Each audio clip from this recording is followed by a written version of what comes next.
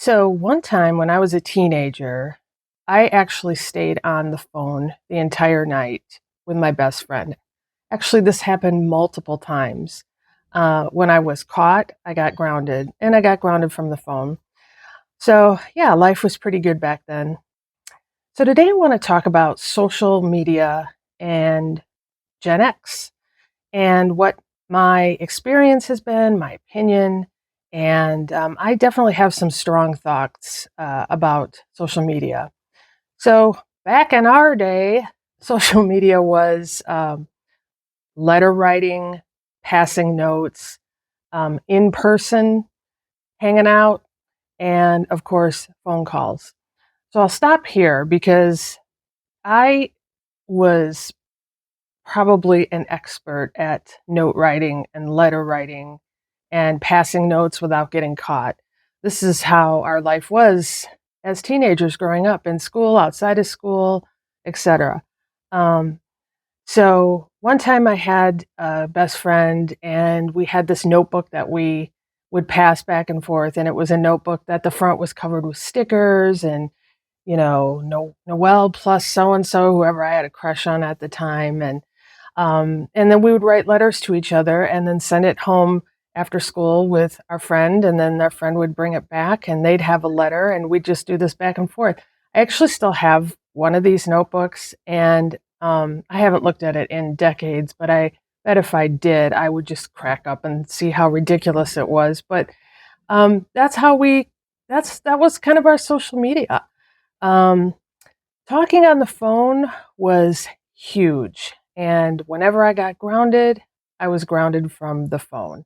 So I had a phone in my room later on when I was a teenager, not early on, but prior to that, if you wanted any sort of privacy, it was nearly impossible. And of course, we've all had the wall-mounted rotary dial phones. Ours was in the kitchen, had a long cord.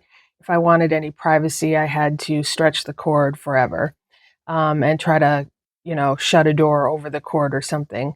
Eventually, my parents gave in and gave me a very cheap, super cheap phone that you could probably buy at Kmart or something back in the day. Um, but I was tickled. I didn't have my own phone line, but I did have my own phone. And so the constant struggle was getting on the phone when nobody else was on the phone. So sometimes my younger brother would be on the phone and I'd pick up the phone to make a call and he would yell, "Get off the phone." Or I'd be on the phone having a very, I'm sure, important conversation with my best friend or whoever. And my mom or dad would pick up the phone to legitimately make an important call and they would yell at me to get off the phone. But talking on the phone as a teenager in the '70s or the '80s was like the thing. It was amazing, and you could talk about nothing, you could talk about everything. When you got in an argument, I remember being able to slam the phone down, huge, super loud slamming, and there was just something so freeing about that. So that was our first social media. And then, getting together in person. If I wanted to see my friends, I'd have to go to their house. They'd have to go to my house.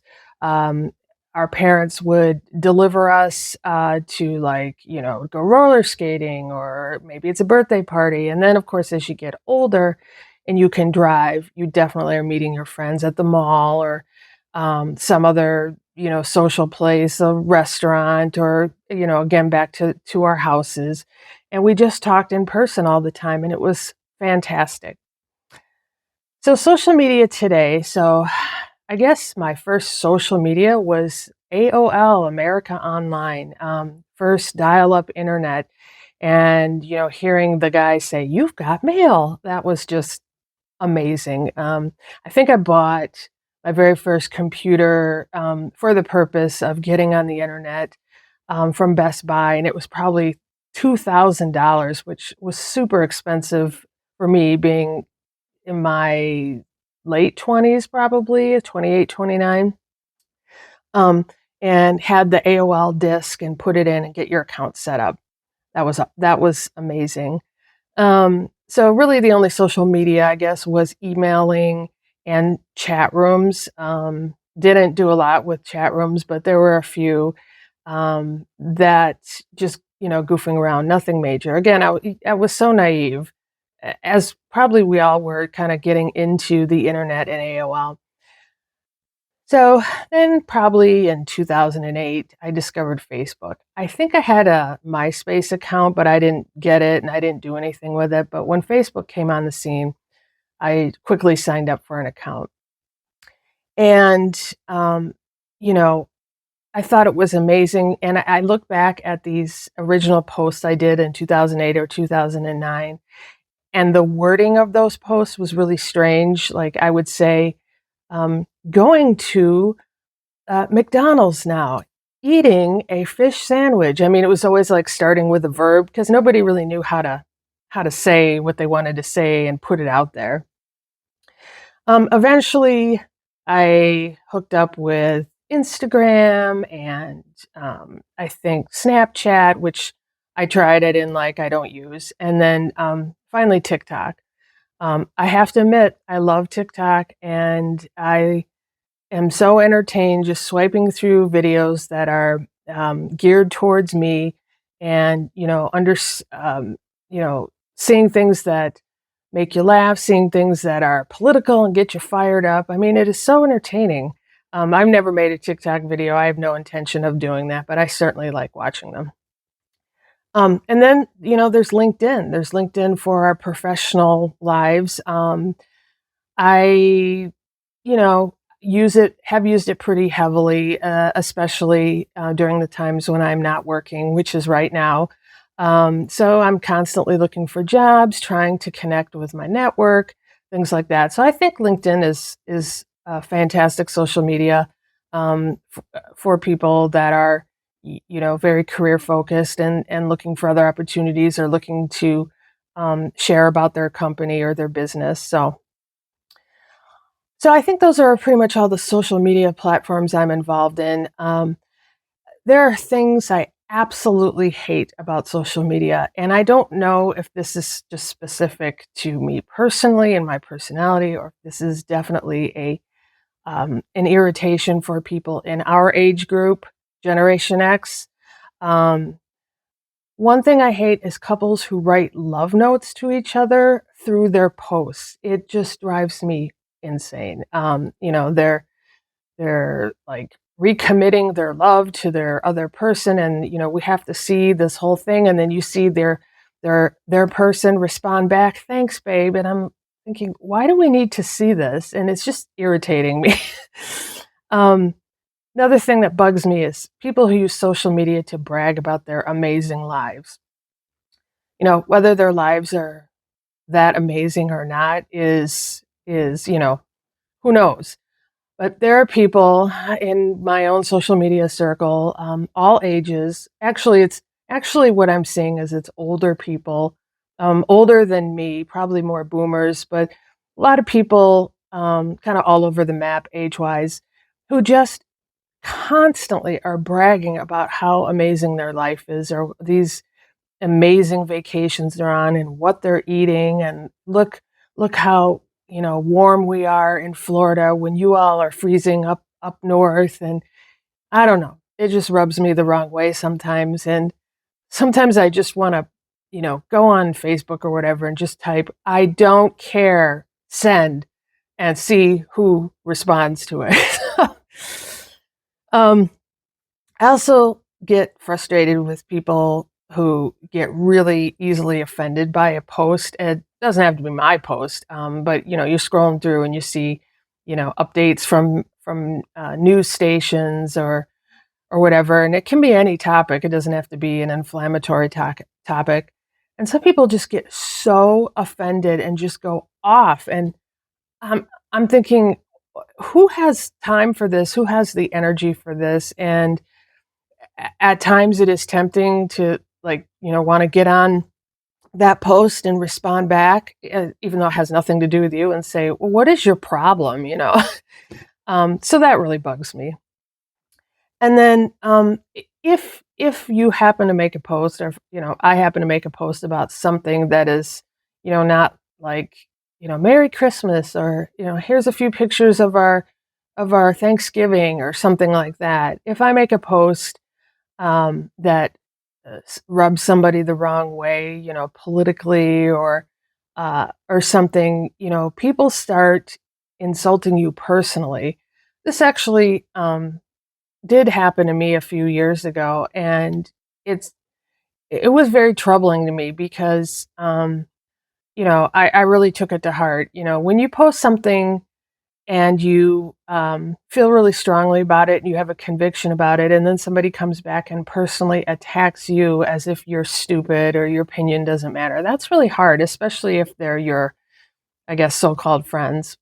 But social media friends are definitely a dime a dozen. They're different than your real friends or your close circle in your life. So just keep that in mind.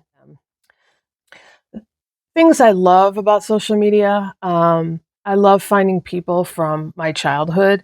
I have not done this so much lately because I think for the most part I have connected with everyone who is available on social media.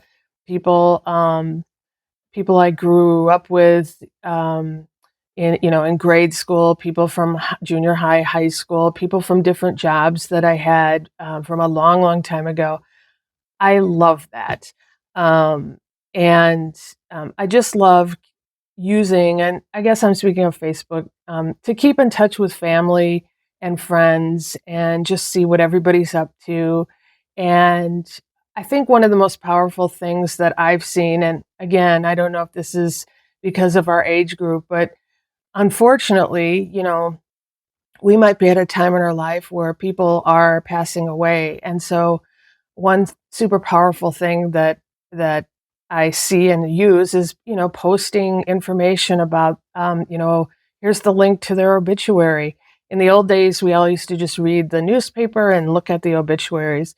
You can certainly go online and look for a specific obituary, but if somebody posts a link to an obituary or just gives an announcement that someone passed away on social media, that's really powerful, and that's able to spread, um, quite a wide net that maybe a local newspaper couldn't have done back in the day. So I really appreciate that.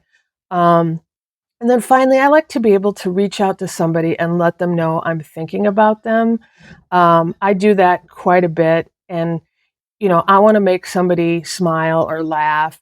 To give you an example, the other day something came across my feed, and it was the scene from the movie Bridesmaids, which I think is hilarious. And it was the scene from the airplane where Kristen Wiig snuck up to first class, and she had her sunglasses on, and she called the flight attendant stove. And I had a work friend from years ago, and we would quote this movie all the time. So when this came up in my feed, I quickly put it out there, tagged her, and we went back and forth for a few minutes quoting other lines, and we really had a good laugh. This has happened to me too, where people have done this back to me, and I could be having a terrible day or just feeling really down, and I see that come across my feed, and it just makes my day. Um, so again, there's lots of positives and negatives. Social media is used very different, I think, by Generation X as compared to millennials and Gen Z and Y and all the other generations. Um, you know, I think if I overgeneralize, I think for the most part we do like to use it to communicate with people that we normally wouldn't communicate with on a regular basis because they live across the country, or whatever. So if you have frustrations with social media, there's a couple things that I do to kind of ease my anxiety. So if there are people that are just plain mean and challenge you on your posts or say negative things, I just unfriend them. I just call it weeding out my list. Periodically, I'll go through my friend list and weed people out. It'll be people I either never, ever, ever see online or communicate with them, and I'm like, I don't need to. I don't need to have them as a friend, on social media. It's not important. Or if there are people that are just, irritate you, post things that just make you crazy or say negative things to you, it's not worth it. So just unfriend them. Um, stay true to what you want to give and get out of social media. Like I just said, all the things that I do enjoy about it, I try to maximize that. So, whether it's telling someone you're thinking of them, or sharing a really fun memory, or trying to make somebody laugh, or using it to look for jobs, leverage it how you will. Um, oh, I should also say that YouTube, here it is 2025, and I have started this YouTube channel to talk about things that are relevant to our generation, Generation X. If you're not Gen X, enjoy all of the reminiscing and interesting conversations that we are having with each other. And so I'm very thankful for YouTube because already I'm starting to see interesting and fun things come out of sharing some of my background and my stories with people. And I just so appreciate you guys taking a few minutes to watch. And if you would, like this video and subscribe to me, that would be truly amazing. I would really appreciate it because, I'm trying to grow this channel, and I just want to be able to share and communicate with my people. I'm looking for my people out there. So thanks everyone for listening, and I will talk to you soon.